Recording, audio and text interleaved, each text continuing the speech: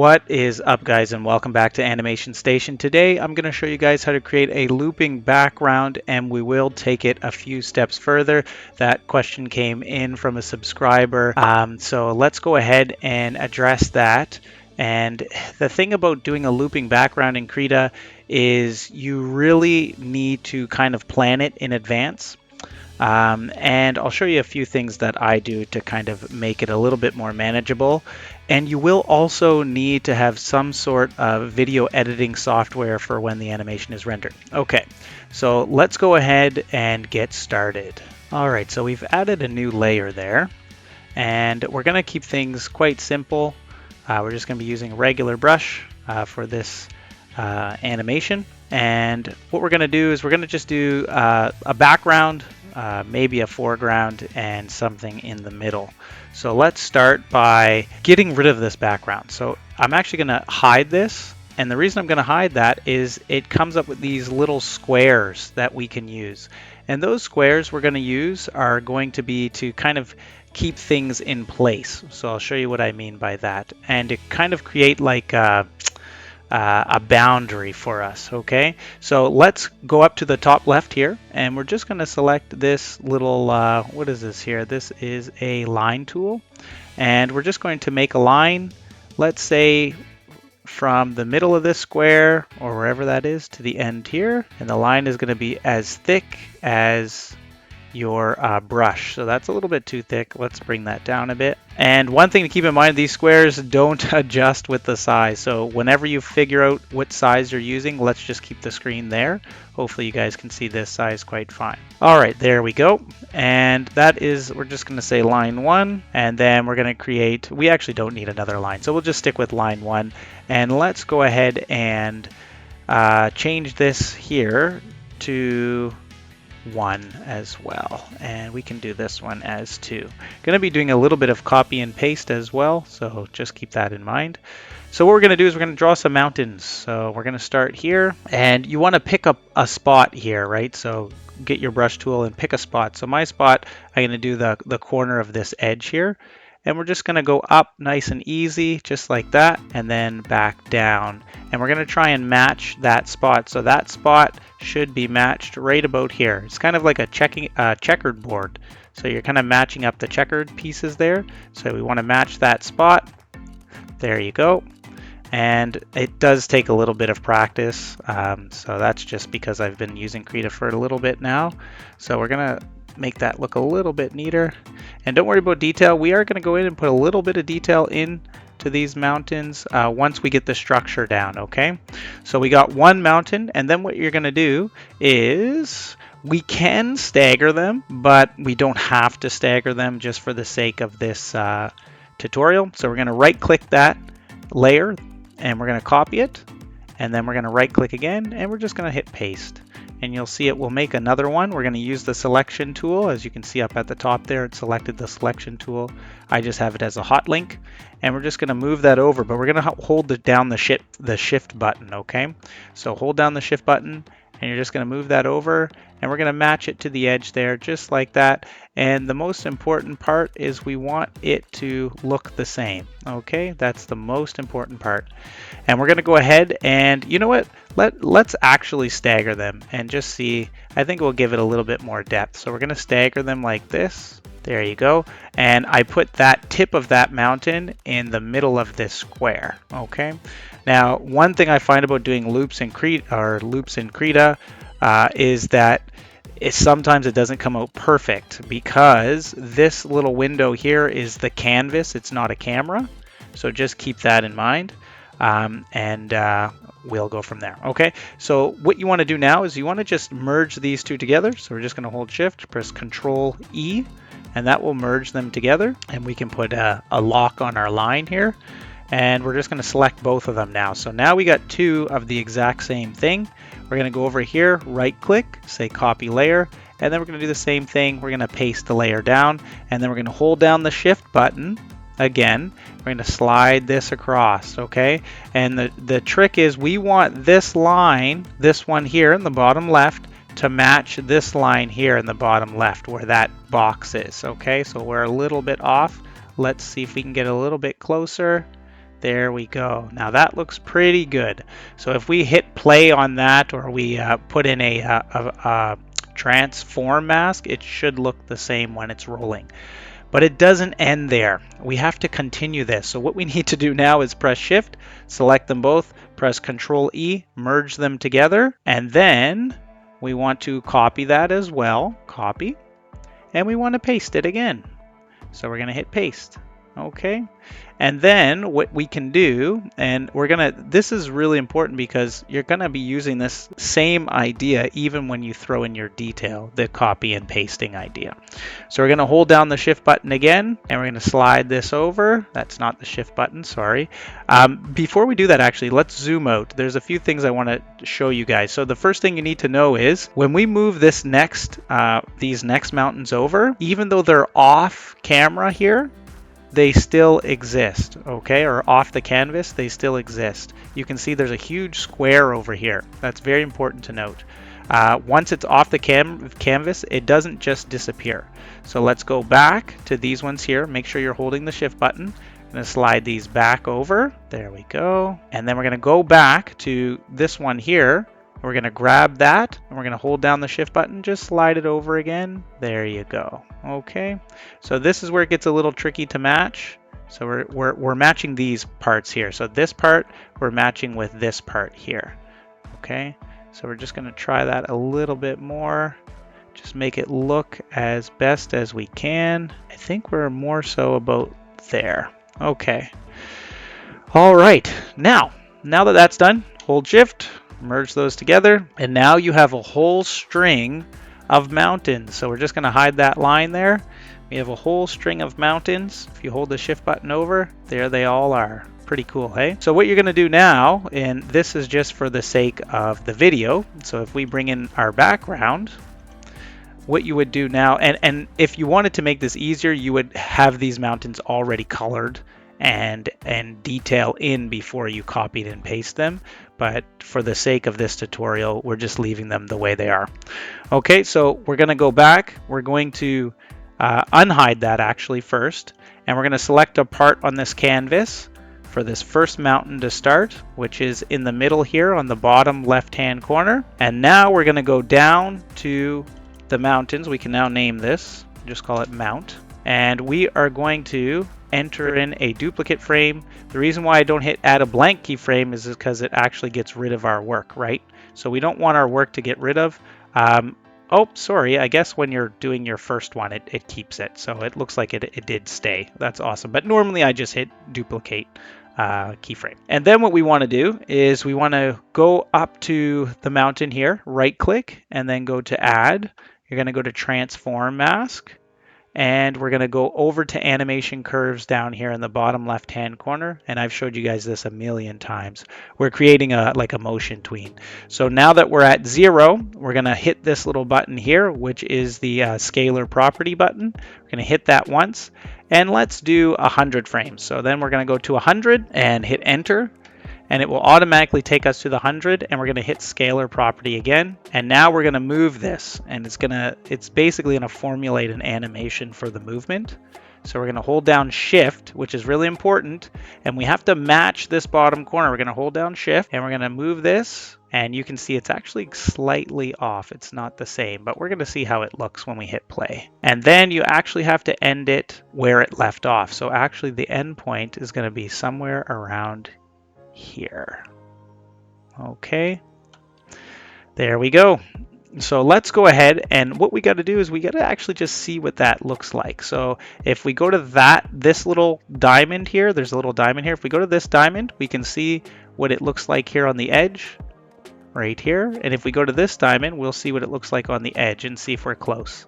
It looks like we're a little bit off, so we're going to hold down shift, bring this over again, and you can literally hold that down right there just like I did, and it will automatically make the adjustment. So if you go to the starting point again and you go to the end point, it shows you how far off you may be, right? So starting, end. Now that's pretty darn close. So let's go ahead and just press play on that and see what it looks like. Now that's pretty good. Now what you want to do is you go over here to this little button here. It's the animation settings menu. in the bottom right, if you can see my mouse. We're going to click that. We're going to do the clip to end at 100 frames. And what that will do is after the 100 frames, it will go right back to looping all over again. So let's zoom in a little bit here, see how close we got. Hit play. And there you go. You got yourself a loop.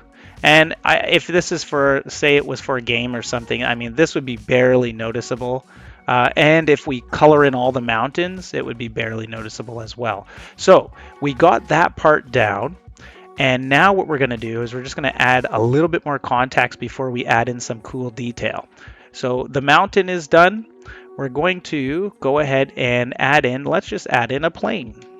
Just a simple plane, and this is kind of like just the layout, right? So we're going to add in a plane here, and it will just be a quick sketch, and then we'll go in and we'll add a little bit more detail.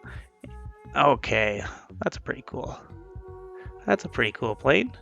There you go. Look at that. Give it a little bit of a thing there. Perfect. And then we'll just have the little bit of the tip of the wing showing there. And you know what? It's kind of a little bit on an angle. Let's bring it down. Let's even it out a bit. There we go. All right. And what's a plane without windows, right? You got to add just a couple windows. Let's start small. Not with that. Don't worry, we're gonna fix this up later. I'm just really picky sometimes, you know. Artists are all picky. Okay, and then let's add a window. All right, so we got our plane. Now the plane, if you're gonna do any type of loop with the plane, it should go straight up and down. And the reason is, if I hit play on this right now, the plane is already gonna look like it's moving, right? Because the background is moving, you see? So now if we give any looping animation to this plane, it would just be, I think, just bobbing. So bobbing, when I mean bobbing, I mean going like this slowly. Okay, let's go ahead and just bring this down. Actually, let's do that. So let's go ahead and add in a looping effect to bobbing this plane, okay? And there's so many ways to do this. I'm gonna do this the easiest way. We're gonna enter in the frame, and we're gonna color it. So we know that that is our first frame. We're gonna copy it. And what is 50 frames? So let's just go to the 50 mark. We're gonna paste this. So we know that we want to be back at this frame by the 50 mark. So if we go here, we want to enter in a duplicate frame. We're gonna go ahead, select the plane, and we're just gonna move it up. And I'm just using the arrow keys. And let's do that again, duplicate frame, move it up. We don't want all these yellow though. Let's just see, dupe, perfect. Another one, move it up. Another one, move it up. Another one, move it up. And you don't actually have to go there and insert frame. You can just select where you want, click on the plane, keep moving it up. Click on the plane, keep moving it up. It will automatically put a frame in there for you. Krita is pretty powerful. So, bop, let's see what it looks like.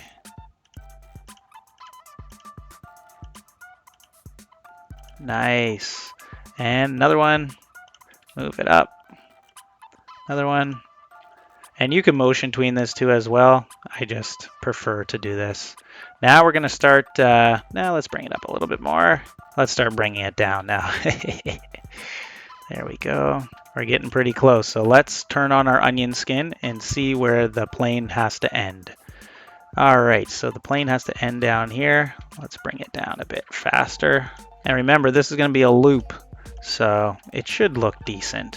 Should be fine. We know that we got to end at that yellow mark there, getting close. And boom, that's where we started. Okay, so let's go ahead and press play on that just so you can get an idea what that would look like. See? So the plane now looks like it's moving a little bit more. And then what I would normally do is just take this frame and copy, control copy this frame here, go over here, hit paste, just like that. And it looks like we made it to 99, 100 frames. Perfect. Oh, something's wrong here. We pasted something twice. We only need to copy the in-between. So copy this, copy that, copy frames, go here, paste frames, boom. And now let's see what we made it to, 198. Let's see if that's noticeable. Let's hit play. Nice, nice, nice. There you go. And you got a loop for the plane now. Okay. And now you could put a cloud zooming by every one. You know what? Let's go ahead. Let's add in a cloud. The cloud will be at the very top here. And the cloud is going to start off screen and is going to just whip by, and then it will continue to loop as well. So we're making a loop pretty much for everything. So let's draw a really simple cloud here. And what you would, like I said, what you would do is you would do this template out first, right? So that you know exactly what you're doing. This is just planning, and loops take a little bit more planning than just animating straight up. There we go. Okay, so now we have the cloud. Let's select that, move that off the screen completely. And we want the cloud to be a motion tween. So we're gonna go here, we're gonna select duplicate and right click. We're gonna go to add transform mask. Perfect. And we're gonna switch over to animation curves. We know 0 is where we want to add in the first one, and then we want 100 for the second one. So we're going to press 100 there. Actually, we want 50, really. Let's do 50. And then add in the scalar property, and we're over on our cloud. Sorry, I'm just moving a little faster. I apologize. Let's slow down a bit. So we're over at our cloud now. We're going to hold down the shift, and we're going to swing that cloud all the way over till it's off screen again. So now, if we hit stop on that, let's hit play and see what that looks like. There's the cloud, gone. There's the cloud again, gone. And you got yourself a looping animation. Super easy. What we're going to do now is I'm going to put in a bunch of detail on this so that it looks just a little bit nicer. And then we'll go ahead and render it and see what it turns out to be. Because rendering is so important, because once you render it, let me show you exactly what we would do. So we would go render animation. We would go to video. Let's change the, yeah, we can actually do this. Looping background, perfect, save, okay. Awesome. Okay, so now that that's rendered, I would normally just open up Filmora. Now you can use any video editing software you'd like, but I would use Wondershare Filmora because I paid for this. It's on a grandfathered plan, so I don't have a subscription fee because I bought it such a long time ago.